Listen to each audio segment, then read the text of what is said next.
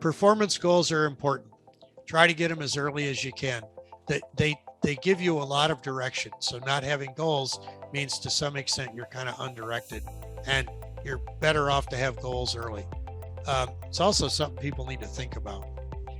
And you can do a capacity test with less than production size hardware, but prod should be no more than 3 times bigger than the biggest test you ran. And I can go into this in great detail, and I have done tests where I was trying to simulate, 10,000 people, and I could only do a test with 5,000. It's all the hardware I had. Well, okay, be careful there. It's real easy to miss things. And so just be careful. 3 times for me is still kind of a stretch. I'd still prefer to do full size. In the project budget, the hardest thing it is to estimate is how long it takes to get the scripts to work right.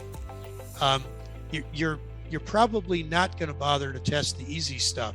That's easy, and it doesn't have much effect on the server. The thing you're going to test are the complicated things. They take longer to get scripted at all and to get working.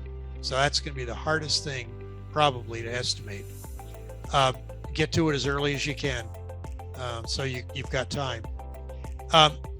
While you're running your testing, if you've got a test that's at a key spot, at a phase spot, then run that test twice. You have to understand what normal variations are. It's real easy to say, yeah, I got a brilliant answer, and then discover, but it doesn't repeat. So be careful there. And try to test with a full-size database.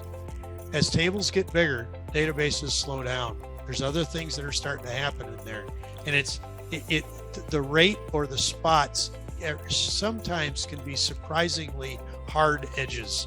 A particular table gets one more row in it, and suddenly things change.